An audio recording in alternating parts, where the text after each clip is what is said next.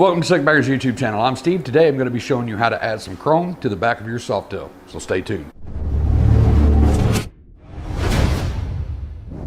So today we are going to be adding some chrome to the back of the bike. Maybe this is the first time you've been to our channel, but we bought this 2015 Heritage back here, pretty much bone stock, and we've been kind of converting it into a Cholo style. And we're moving right along in the parts that we've been getting. It's been kind of hard to get parts in here. We've had to wait for some stuff. We had to wait almost a month for the wheels and tires.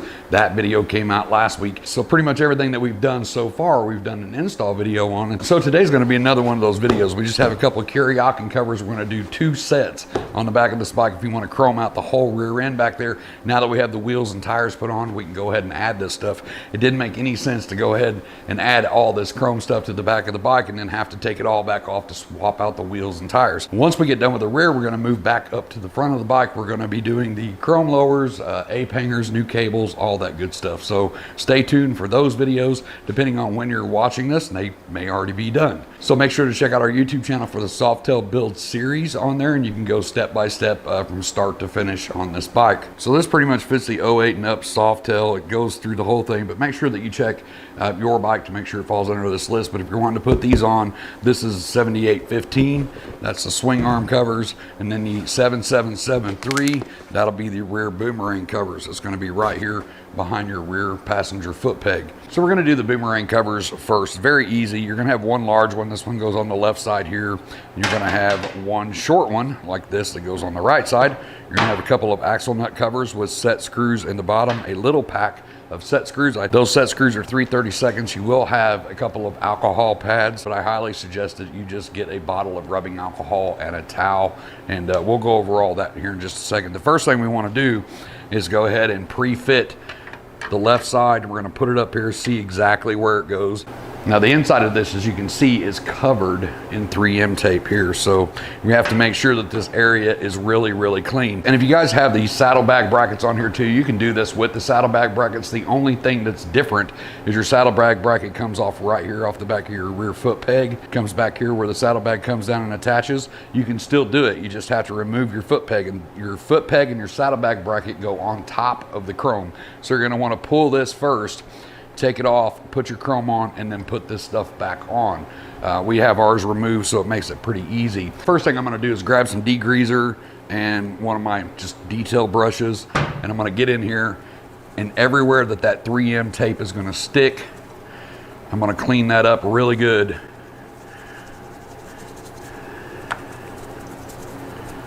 Especially the area down here at the bottom. This bottom area gets really dirty. You're going to take a clean towel, get that all dried off.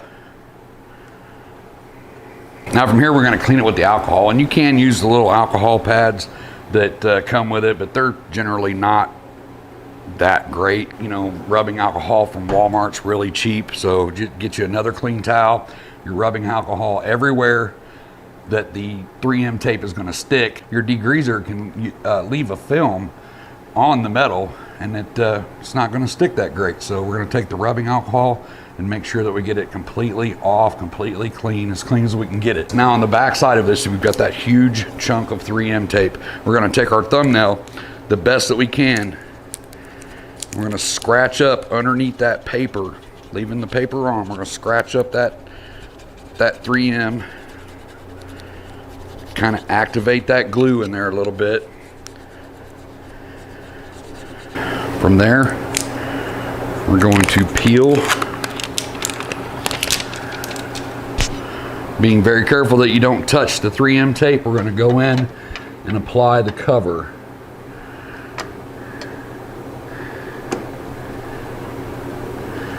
Once we get it where we want it, we're going to press and hold for about 15-20 seconds.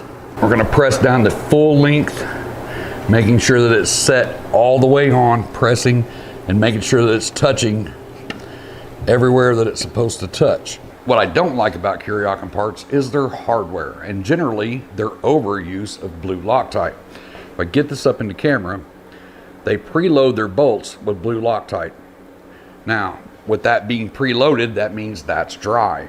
This is a little bitty set screw, little bitty Allen wrench, little bitty hole, a ton of blue Loctite. When you go to put that in that hole, and that being dry, what's going to happen is their hardware is softer than the blue Loctite. So you're going to put it in there, you're going to turn and turn and turn, it's going to be tight as hell, and then you're going to end up stripping the end of your bolt. There's a couple of different ways that you can get rid of this old blue Loctite, and that's taking your tap and die set if you have one, finding the correct size and chasing the threads, and that will get rid of all that old blue Loctite. And then you can put your own little drop of blue Loctite on there that's wet, that takes a little bit of time to set up. It spreads throughout the bolt and the hole as you put it in. Or you can take a little pin torch like this, make sure that you don't burn your hands, but use the pin torch, burn that blue Loctite, and when you start to see it to get wet, it won't take very long, it'll start to kind of turn wet. Take a towel and wipe that stuff off. Now, because I've put these on before and I've stripped these set screws like this, I'm going to go ahead and chase it out. You can just kind of turn it through, and basically you're just chasing the threads. You're just cleaning off the old crappy blue Loctite, and you'll see this stuff just flaking out on your hand even after chasing it, and that's literally as far as it'll go. So what happens is you think that you've bottomed out as you turn and turn and turn, and it gets really tight, and you give it just a little more because you think that set screws all the way through the cap and it's hitting the swing arm nut. It's not. You're going to end up losing one of these going down the road. What happens is you've turned this all the way, and it's just so tight and full of that crappy blue Loctite they put on there that it's just tight. It's not going to go any farther. It's not going to go in. The set screw is supposed to go all the way through and push on the nut from two different angles, and that's what holds this cap on. So I'm just going to cut the camera. I'm going to take this stuff over to the workbench, and I'm going to chase this stuff out really good, get this old crappy blue Loctite off. That one little turn through there was definitely not enough. It's not even trying to go in. So I'll be right back. So after a couple of minutes of chasing the threads and getting the old crap off there, we've taken our own blue, any Loctite blue medium thread locker. We're going to put it on the bolts, go ahead and run it in. If I turn it this way, I've got a screw exposed. If I turn it down like this, I can't get to this inside one, not with a small wrench. So I don't really want to spend a whole bunch of time loosening my pivot bolt and turning that. So what I'm going to do is run this one in to where I think it'll be hitting the nut, leaving this one out. We're going to see if it'll go on. So we're going to pre-tighten this side. I want it to where it just barely goes on. It's right there, so I'm going to back it off just a tad till it falls on. And then when I push on this other side, it's going to push that tight. So it's going to push this side tight and the other side tight. And that's how you get to that. So you just pre-tighten this side, screw it in until it's just right on the nut when you set the cap on, there's no movement, and then actually tighten down the other side. And that's pretty much it on the boomerang cover on this side. Now we're going to repeat the process on the other side.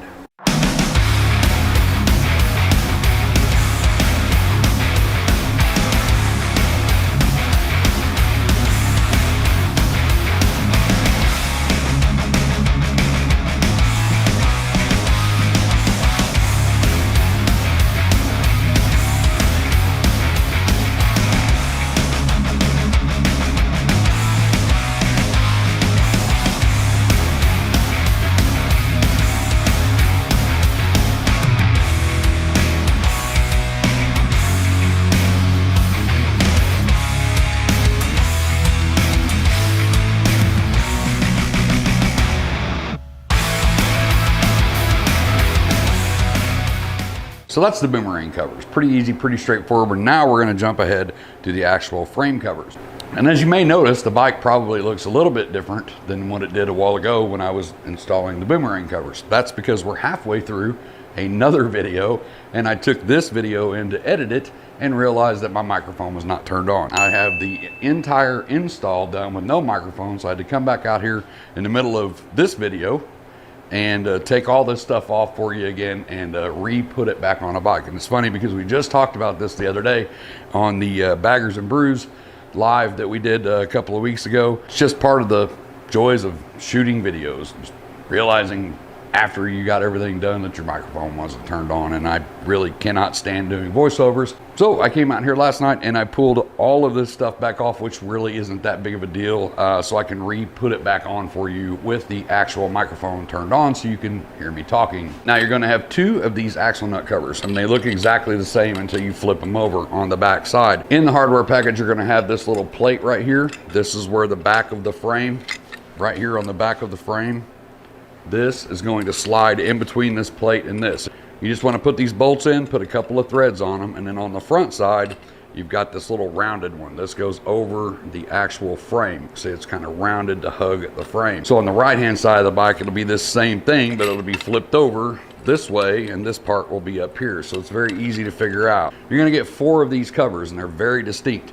They're not marked on the backside what goes where, but you can just look at them and see, like this one is notched out for the belt guard down here, so we know this one snaps on here. This side of the frame and the other side of the frame are completely different as far as this rail. This top frame piece has a very large curve in it. You can see this cover here has a very large curve. The other side has a curve, but it's not as big, so you can tell that that one goes on that side.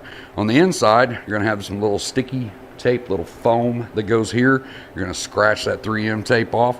You're going to walk this over to the bike. The back edge of this is going to lead up with the weld on the rear of the frame. So you're just going to line that up just like that, and you're going to snap it on. The bottom one here, this end here is going to go back behind where you put the boomerang cover on, not behind the cover, but actually behind the swing arm back there. So you're going to take that and you're going to kind of just wiggle it in like that. You're gonna line it up with that weld on the back and snap it on. Taking the rear axle cover, we're gonna separate that where we have that space right there, because that goes right there. We're gonna slide that on. We're gonna put it on at an angle. We're gonna reach in the back here. We're gonna flip up that bracket, hold it with the other hand over the frame, and it's kind of hard to do, but you can tighten this bolt down with your hand the best that you can. You want to tighten it down as much as you can with your fingers, because it's really kind of hard to get a wrench in there. We're going to take our 7/16. I'm going to use this hand to kind of guide it in and tighten it down. Normally on something like this, I would use a ratchet wrench. That way I can just put it on once, turn it, but there's just not enough room to get one in there. Trust me, I tried. We're gonna snug up the front, snug up the rear. After you get the front snugged up, we're gonna double check the rear. Put maybe a couple little turns on that.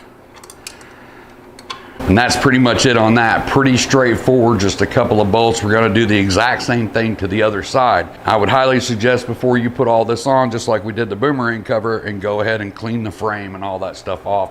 You do have that double-sided sticky tape. It's kind of a foam sticky tape, and that needs to have a clean area to stick to, so just go ahead and clean it off. So we're gonna move the camera to the other side and do the exact same thing over there. As you can see on this one, it has a notch out right here for the brake line clamp, so that's just going to slide in there like that. We're going to make sure we're behind that swing arm. We're going to line it up with the weld. It just clips on like that. The top one, remember, has a kick out, but not as dominant as the other side, so pretty easy to figure out what side that goes on.